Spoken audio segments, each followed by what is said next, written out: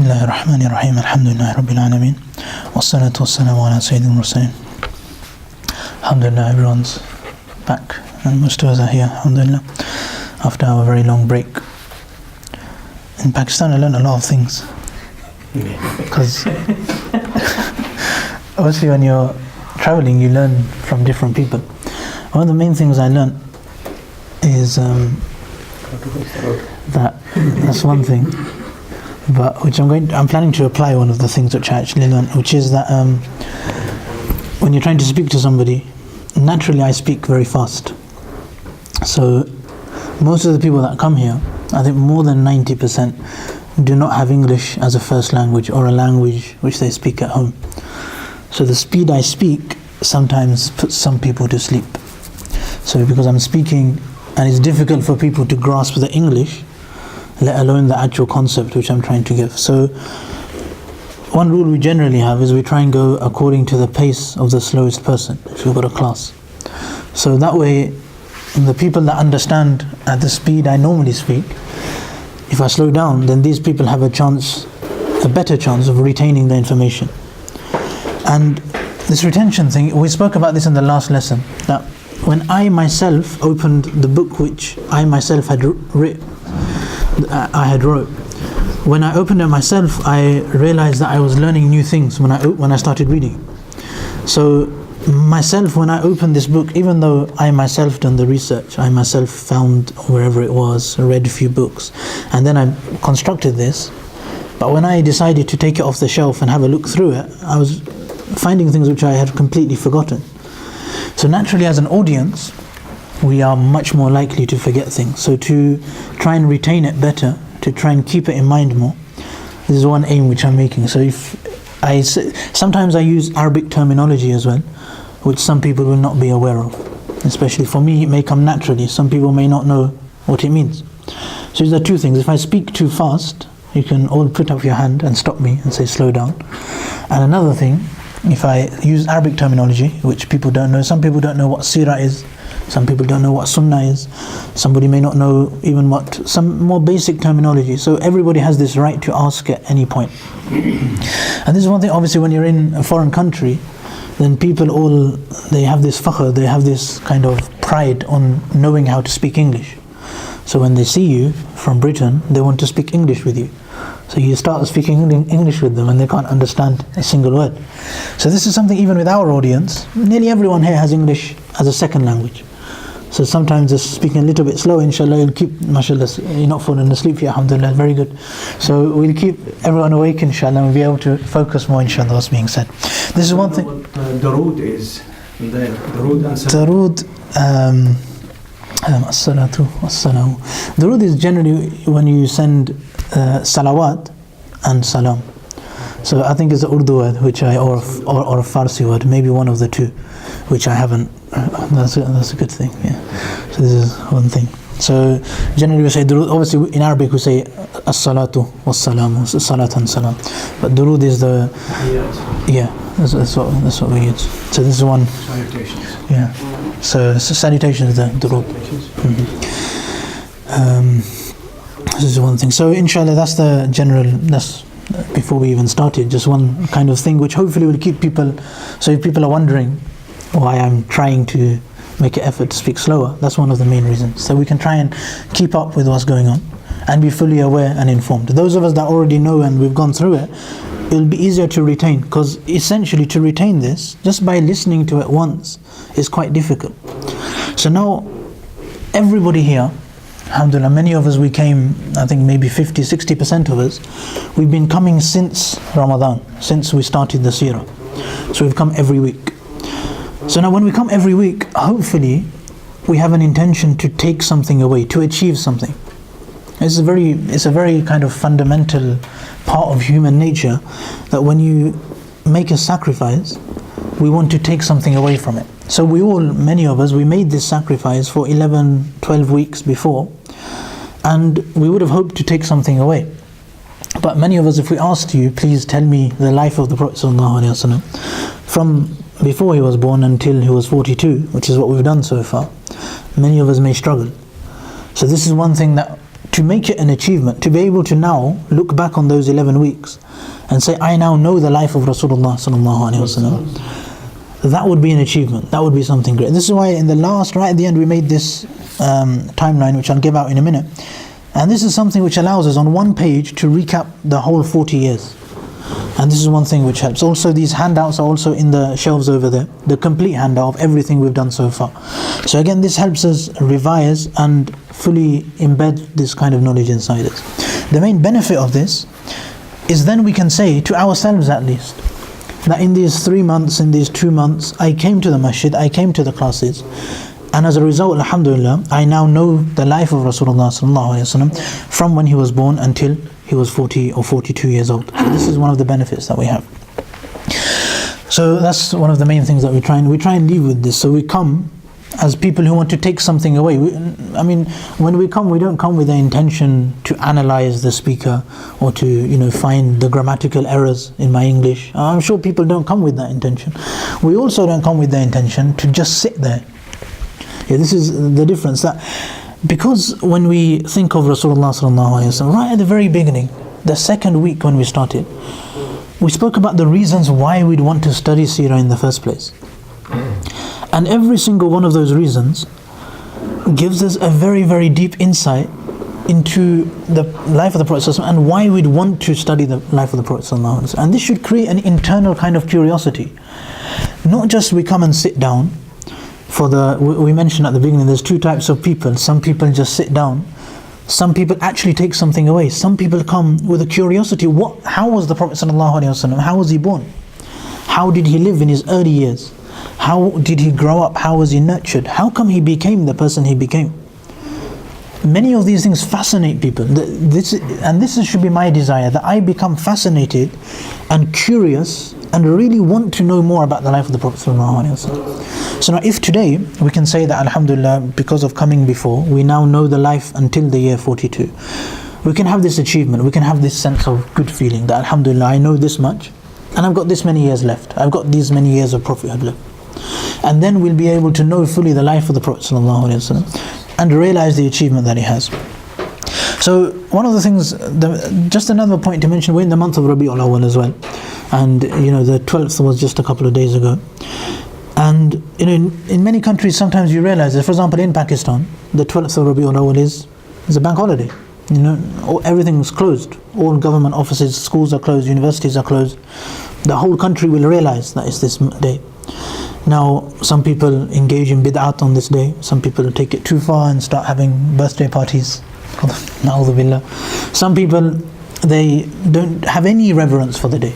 So we should at least be aware of this day. And many scholars throughout history, they would use this day, the 12th of Rabi'ul Awwal, and use it to reignite the love for the Prophet ﷺ. This is very common. This is not just because it's within the Quran that we have to do ittiba of Rasulullah ﷺ.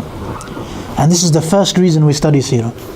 Because Allah says in the Quran that do ittiba, follow the Prophet ﷺ. And it's impossible to follow Rasulullah unless somebody has studied the life of Rasulullah, unless somebody understands the teachings of Rasulullah. How can we follow somebody unless we know some part of their life? We know what their teachings were, we know what their morals were, we know what their legacy was. So by studying Seerah, this is the first reason we gave. Because Allah mentions in the Quran that do ittiba of Rasulullah sallallahu alaihi wasallam, follow the Prophet sallallahu alaihi wasallam. If you want to attain the love of Allah, then the Prophet, Allah subhanahu wa ta'ala, he tells Rasulullah sallallahu alaihi wasallam in the Quran that tell everybody, if you want to love Allah, then follow me, and then Allah will love you. And this is one of the main lessons we take, and the main reason why Seerah should be fundamental for us, knowing about the life, so that we can follow him properly. This is the first thing. Another reason we mentioned the 5 reasons. These are all in the booklet as well. But we've done this right at the very beginning. But this is one thing that if we come here every week, then these 5 reasons should be before us every single week when we come. We should have this, that I am here today so that I can fulfill this command of Allah. Another reason we gave, because Allah subhanahu wa ta'ala, he mentioned in the Quran that the Prophet sallallahu alaihi wasallam is the perfect role model for all of us. So the Prophet sallallahu alaihi wasallam, he's the perfect role model, the one being that we should follow. In fact, to the extent, scholars also mention in the tafasir of certain verses of the Quran that one of the reasons that the angels, that Allah subhanahu wa ta'ala, he sent humans as messengers, instead of angels, is one of these reasons is so that as fellow humans, because the messenger comes to us, the messengers come to the humans, so we as fellow humans can take that other human as a role model. The Prophet ﷺ was a human. Obviously he was the best human to walk on the face of the earth, but he didn't have supernatural powers. He wasn't like an angel. He wasn't different. So this is one thing which helps. So because he's a human, when we study his life, we can actually realize his excellence and why he should be taken as a role model. This is another thing that we learn. So number one, the command of Allah. Number two, he's a role model. The third one is it will increase our love. We all claim to love Rasulullah sallallahu alaihi wasallam. But the primary thing that a person has to do for love, a person has to have an awareness of the person that we're loving. We love, generally, if we really break it down, we love somebody for about 3 reasons. One, if somebody looks nice. Another, if somebody has a particular talent. And thirdly, if a person has done a favor on us. These are the 3 main reasons, broadly speaking. Now with the Prophet ﷺ, we'll only find out how he looked if we study his shama'il, if we study the descriptions of the Prophet ﷺ. We'll only know the favors he's done on us and the sacrifices he made if we study the sacrifices he went through, we study his story, we study his seerah. And the last thing is the talent and the achievement of the Prophet ﷺ. That in 23 years, he came with a message, he came with a mission, and he completed the mission in a way that 1400 and 1500 years later, people are still in awe of this, and people still are just amazed at how much he achieved. One of the most influential person to come, to have such an influence on a group of people and achieve so much. So these are the 3 things. When we learn these things about Rasulullah, the one thing, the looks of the Prophet ﷺ, the talent of the Prophet ﷺ, and most importantly, the sacrifices he made for us, the things the Prophet ﷺ, the favor he has done on us, the blessings we have because of him. When we learn these, our love for him will inshallah increase. And this is again fundamentally within the seerah. We study his life, we just realize how much we owe him, how much he's done for us, and how many sacrifices he made. So this will obviously increase our love for the Prophet ﷺ. And another main reason, when we look at this achievement of the Prophet ﷺ and the Sahaba and the miracles he performed and the way he got to in 23 years. I mean, imagine how much self-belief he must have had, how much motivation. All of these things are things from the sunnah which we try and have in our lives as well, to have self-belief, to not give up, to keep going. He came with something which was so alien to these people. He came with the one thing which was the most alien to these people. He didn't come and change Islam. He kept Tawheed despite the one thing in that area being based on shirk. Their whole economy was based on shirk, on having many idols, and everybody coming for pilgrimage with their idols. The Prophet ﷺ, when he started calling to Tawheed, he opposed their very, very roots. He didn't shy away from it. He had a lot of self-confidence and he went through with it. And we see that despite being against all the odds, he still achieved this great thing. This is something which raises our iman, the studying of the seerah. And one last point is, when we recite the Quran, we find some ambiguity. Sometimes there's a verse which could mean this, it could mean this. And when, for example, some of the verses they talk about the Prophet ﷺ, for example, is referring to وَالضُّحَى. Allah takes a qasam on duha, on the morning time. And then this whole surah, it refers to the Prophet ﷺ. If you don't understand the background of the surah, or the seerah behind that surah, the story which that was revealed in, there's no way you can understand the rest of the surah. Especially, we've done the last 10 surah of the Quran. And there we looked at how they're all linked into the surah. And especially from the ending, we see قُلْ يَا أَيُّهَا الْكَافِرُونَ, a direct relation to the seerah. إِذَا جَاءَ نَصْرُ اللَّهِ وَالْفَتْحُ, when the Fath of Makkah happened. And how to react, the sunnah of reacting was taghfir, to still do istighfar and tawbah and do tasbih of Allah. Then in Tabbat Yada, again a direct story. Tabbat Yada, why is Allah cursing Abu Lahab? Abu Lahab was the uncle of the Prophet ﷺ. Again, a direct seerah story. Qul huwallahu ahad. Again, the reason this was revealed, scholars say here, was to again answer, to speak back to the mushrikeen. And the last 2 surahs, the Ma'widatain, again revealed when some magic was done on the Prophet ﷺ. So all of these different surahs, we have a relation with the seerah. To fully understand the Quran, we have to resort to the sunnah. We have to resort to the seerah of the Prophet ﷺ. So these are the many reasons why I went into this in detail. I wanted to do a very brief recap of everything. But this one thing always has to be before us. Why am I studying seerah? So this is something inshallah we'll try and keep in mind every week. Just to briefly, before we go on, I just want to briefly recap the kind of overall what we'll be doing. So generally if Isha is going to stay at 7:30, aim to kind of carry on going till about 8:50 to 9 o'clock. This is the general aim. And the reason I say this time beforehand is so that before we even come, we can sacrifice this time. We can say today 1 hour is going to be for the seerah, and I'm going to for the seerah, for learning about Islam, for the spiritual activity. And this is the time which we're given. So when we do the spiritual activity as well, if we start praying salah, we do dhikr, even then we can feel relaxed that we're given the 1 hour, we're going to stay in the masjid. So we don't feel like, oh, this is not for me, I'm going to go early today. This is something we try and keep in mind. The 8:50 is the time when we try and leave. But obviously if we have emergency, obviously we can go, but generally we try and keep this in mind. Same 3 sections as before. The poster has 4 sections, but we don't have enough time. So the seerah, then we have the spiritual activity, and then after the spiritual activity we have the social activity where we come together and have some tea and coffee. So these are the general things which we try and do. And the general time, about half an hour, 35 minutes for the seerah, about 10 minutes for the 15 minutes for the spiritual activity, and then about 10 minutes for the just talking to each other, inshallah. So this is the general overview of the seerah of the Prophet ﷺ, why we study the seerah. Before we did this, we also studied ilm in itself, why we have to study knowledge. Again, this is something, the first thing we ever looked at was why we have to study knowledge in the first place. That's a separate discussion, but why we're studying seerah specifically, these are the many reasons which have been given. I was going to quickly go through this. This is, again, it's in the thing. If you want to take it today, please take it. We'll print more of these, and the brothers are requested to, whenever there's something there which you want to take, then take it, and more will be printed. This is, the way it works. If a lot of people give the excuse that I'm not going to take any, because somebody else might want to read it. But this, if you empty these shelves, inshallah, we'll print more, and there's more books. There's always more, we can replace the books. So everybody who wants one should take whatever is there. It's there for people to take and benefit from. That's why it's been printed.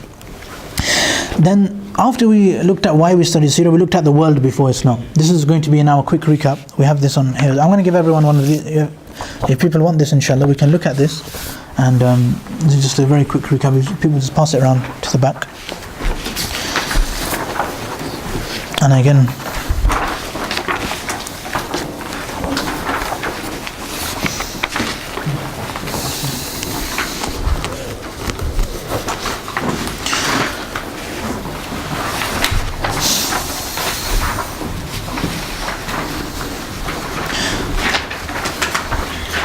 so the very first thing we looked at from the seerah was not the Prophet ﷺ himself, but the whole world and the condition of the world at the time before the Prophet ﷺ. So a few years before the Prophet ﷺ was born, what was the condition of the world?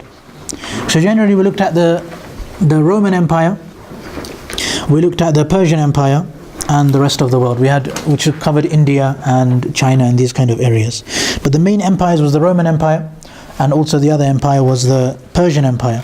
So this is the first box, which is the background and the condition of the world. Again, if we fully studying the condition of the world, when the Prophet ﷺ came into the world, gives us another idea of the achievement of the Prophet ﷺ. How much he achieved. The world was in such chaos, there was no kind of light anywhere, and the one light which came and illuminated literally the whole planet was illuminated as a result of the Prophet ﷺ coming. So we see the effect he had on the world. So that's why we took a whole lesson to look at the condition of the world. We looked at the Persian Empire, the problems there. The Roman Empire, the problems that were there. Then we had India, the issues that were going on there. Also we looked at China, and then Arabia itself, where the Makkah, where the Prophet ﷺ was sent. Even the condition of those people, we had a quick look at that. And the general summary was nobody had any moral compass. Nobody had a moral. There was no divinity.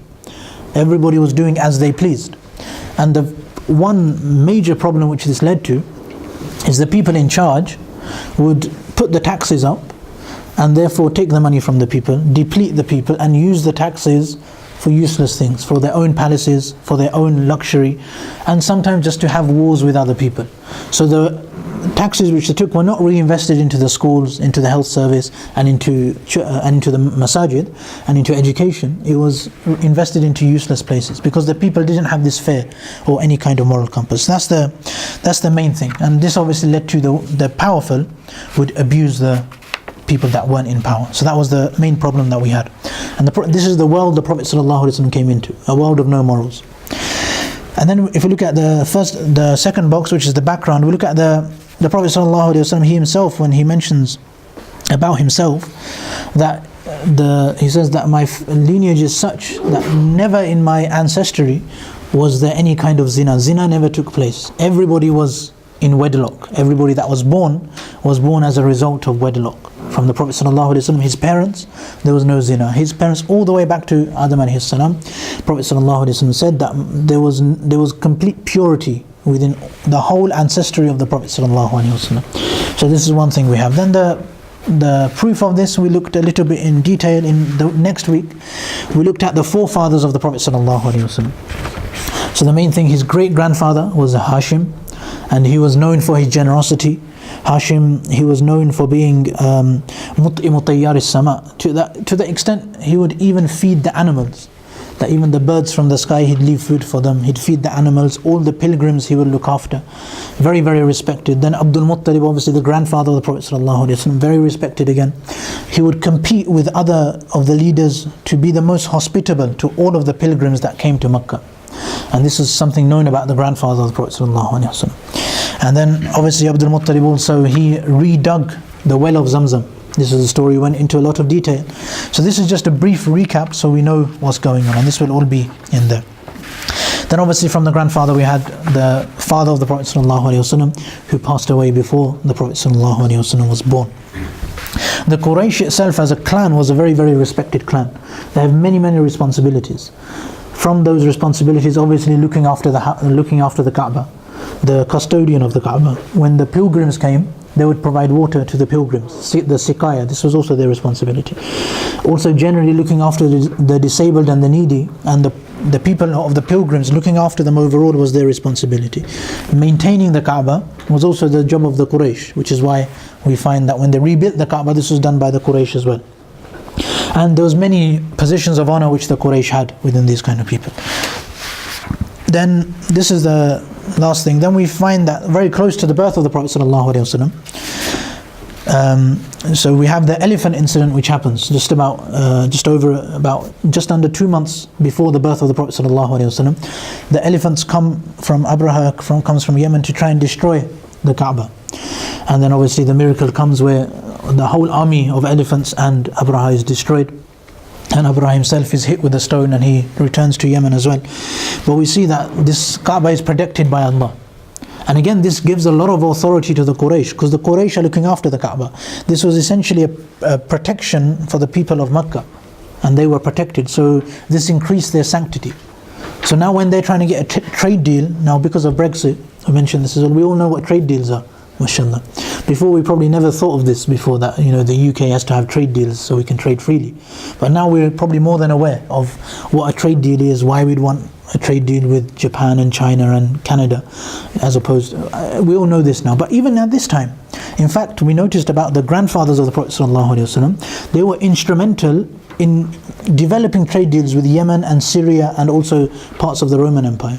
They developed these trade deals because they were the custodians of the Kaaba. This sanctity which they had now, people would now fear them, that these people, they're protected by Allah. So now people would be more willing to make a trade deal with them. People would be more willing to respect them. They'd be less likely to ambush them. So now if you have a trade deal, especially in that time, there's no law and order, there's no service stations in the middle, there's no police in the middle of the desert. So there, if somebody comes and ambushes you, the only protection you have is your respect and your sanctity. So people now respected the Quraysh, so it was easier for them to develop trade deals with more people. So nobody would ambush them, it was easy for them. This happened as a result of the story of the elephants. Then the Prophet ﷺ himself, he was born, and there was many miracles which took place. And these all again just prove the sanctity of his lineage, the sanctity of the Quraysh, the place he was born, the miracles which happened when he was born, the way he was born. All of these things show the sanctity of the Prophet ﷺ and how Allah subhanahu wa ta'ala, he chose the best of creation and he kept him pure at all times. In fact, the whole story which we have from the beginning of from his birth to his prophethood, all we see is his purity, how he's kept pure. He's kept clean from all these kind of evils. So this is one thing that we see. Then the Prophet ﷺ is born. The Aqiqah is performed by Abdul Muttalib, and then all of these things happen. Then he's suckled by his mother originally, and then the famous story of when he goes to the village with Halima, and then while he's there, then he lives with her, and she sees lots of blessings, and we went through that into a lot of detail. After this, after the chest of the Prophet ﷺ was split open and it was washed, then the Prophet ﷺ came back to Mecca, and then when his mother was 6, when the Prophet ﷺ was 6, then his mother passed away. So this is a very sad time for the Prophet ﷺ. If we think he was born without a father, he was born as an orphan, then his mother passed away, and then 2 years later he goes into the care of another very loving person, his grandfather, and then he also passes away. So obviously life was not that easy, especially as a child, a 6-year-old losing mother, 8-year-old losing another person who very close to him. So the Prophet ﷺ, he didn't have what we call a spoilt or very easy upbringing. He went through a lot of hardship, but he didn't give up, he kept going as well. We see his motivation and determination to keep going even during these hard times. So then the Prophet then we see after this, the Prophet ﷺ in the middle box, age 6 to 14, he then visits Syria with Abu Talib. So obviously his grandfather passes away. Then with his uncle Abu Talib, he visits Syria, and the people there, they notice him and they see the signs of the prophethood. In fact, one of the monks there, they noticed that the Prophet ﷺ, he has the sign of prophethood, and he told his uncle, and for safety he was taken back, and a lot of things happened there. Also we noticed the Prophet ﷺ, he participated in the Hilf al-Fudul, which is the alliance which took place. There's a long story behind that as well. And then this is just the brief bullet points we're going through. So the background of the Prophet ﷺ, the birth of the Prophet ﷺ, the death of his mother and his grandfather. Then he went to Syria. After Syria he participated, he came back. Hilf al-Fudul happened when he was late teens. And then after this he was known as a very, very good tradesman. So Khadija radiallahu anh, at the age of about 23, 24, scouted him, and then he used to trade for Khadija radiallahu anh. At the age of 25 he got married to Khadija radiallahu anh, and obviously his honesty was prevalent. Everybody was aware of how honest, what a great trader he is, how he doesn't lie. His title of Al-Amin had now been very truly given to him. He was now known as Al-Amin. So this is the one quality which he had, which he was so honest. And this is something sometimes in our culture we miss out on, where the saying it goes that, ta'asharu kal ikhwan, that whenever you're doing a social activity, you do it like brothers. But ta'amalu, I forgot the Arabic, but ta'amalu, when you have a transaction, you do it kal ajanib, like you don't know each other at all. Because if you know each other, then it's when you're doing a transaction, we may be the best of friends, but when it comes time to buy his car off him, or when it comes time to pay him for something, or when it comes time to meet him somewhere, or something which is mu'amala, then you act like ajanib. You be very clear on what the ajanib. This is something, unfortunately, personally, from going to Pakistan. In this country, when you want to buy something, you know the price before, you negotiate before. There, they try and give you all the services, and then they steal your money at the end. So this happens straight from the airport. You come off at the airport, and the porter will take your trolley, and as if he's employee of the airport or something, and then that's it. Then you have to have a fight with him to decide how much to pay him. And this is a majhul bay'. This is not even allowed. If you look in the Kitabul Buyut we have of fiqh, they tell us how to do bay'ah, how to do buyut, how to transact with one another. So these things are mentioned very clearly, that you cannot have jahala in the price, you cannot have jahala in how long this person is going to serve you for. But there they don't fix the price, and this is something we have there. Here we tend to, in the British society, generally we don't buy anything unless we know the price, unless we know what we're getting, and we do this whole system of terms and conditions. It's exactly the Islamic way of doing things, that you know exactly what you're going to get and how you're going to get it, and all of these conditions will be put in an aqd, in the transaction. This is something which was very, very, if you look at the Khilafah, this is something which should happen, giving receipts, a VAT receipt, and all of these kind of things, something which happens, which we're meant to be doing in Islam. I don't know where that came from. So this is the sifat of the Prophet ﷺ, even before Islam, Al-Amin, being clear and being pronounced with everybody. And obviously even we know that Khadija radiallahu anh, we know this, that even when he was dealing with Khadija, she would fix a certain amount for him, but he would trade so well and get so much profit that she would then give him more. But we know that the amount was fixed. Even in the times of Jahala, they would have this much, that they would fix the amount, so the Prophet ﷺ would then do very well and get a bonus at the end of it. So this is what we see then. This is about 25, the Prophet ﷺ gets married. Between 25 and 35, very little recorded in the books of Seerah. Very few incidents you find really about the Prophet ﷺ. When he's 35, obviously we have the reconstruction of the Kaaba, which takes place, which is a very long story again. The Prophet ﷺ becomes the arbitrator. And when the people are about to, literally the books of Seerah mention, they're about to draw their swords. In fact, Banu Makhzum, they had decided that unless we ourselves place the black stone in the place, we will fight against all the other tribes to have this honor. And the Prophet ﷺ was the one who walked in and he arbitrated in this incident. So that's the Ka'ba's reconstruction. Again, we see the purity of their wealth, that they were not happy to take no alcohol money, no gambling money, no money from interest for the building of the Kaaba. They even knew that this is the house of Allah, so we have to be pure. And this is how we saw even the house of Allah was kept pure by this.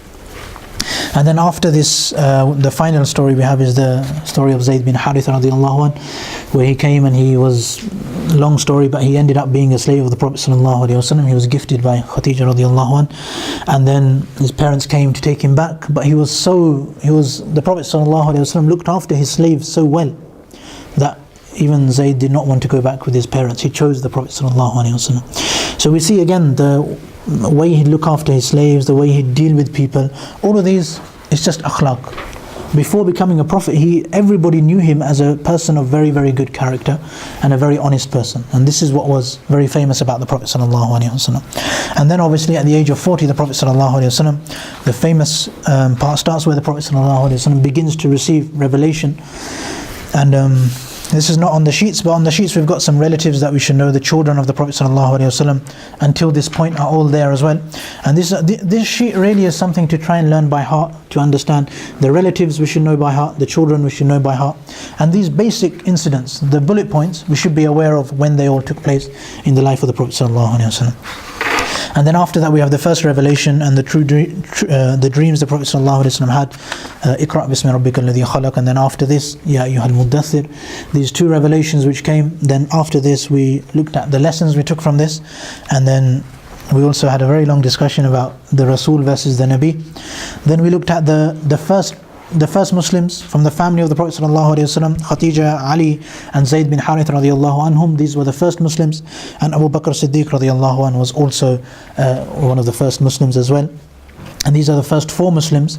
And then we also went through the five people who Abu Bakr radiallahu anh converted to Islam, which was Sa'ad bin Abi Waqqas, Uthman bin Affan, Zubayr bin Awam, Abdurrahman ibn Auf, and Talha bin Ubaidullah. And this was the general overview. It's a very brief overview. It managed to take half an hour, but the very brief overview of the life of the Prophet ﷺ. Just one important point is where we are now is prophethood has started. In the first 3 years are known as the secret call, the private call. It was not kept top secret, it wasn't undercover, but generally it was not open. He did not go openly and give a big bayan in public. He did not give khutbah publicly. So it was kept private. It was just within the Sahaba. Privately they would go to Darul Arqam, which was established. They would learn about Islam. They would teach others about Islam. All of this happened just within the Prophet ﷺ and the Sahaba. There wasn't an open going out and telling everybody to come Islam. This happened after the 3rd year. So this is the stage we're at. The reasons for the secret call are quite obvious, but we went through those as well. The reasons for the secret call is obviously so that there's not a hindrance to Islam spreading. So there's a lot of pragmatism there with the Prophet ﷺ. And then when he had established this group of people, this is why we look very carefully at who the very first Muslims were, because they were that building, they were the pillar around which Islam started building. The people that became Muslims in these first 3 years, it was them who went out and started giving da'wah. Those are the ones who made Islam flourish in the way that it flourished. That's why these people are so valued in the eyes of all the people of Seerah, in the eyes of all the Muslims.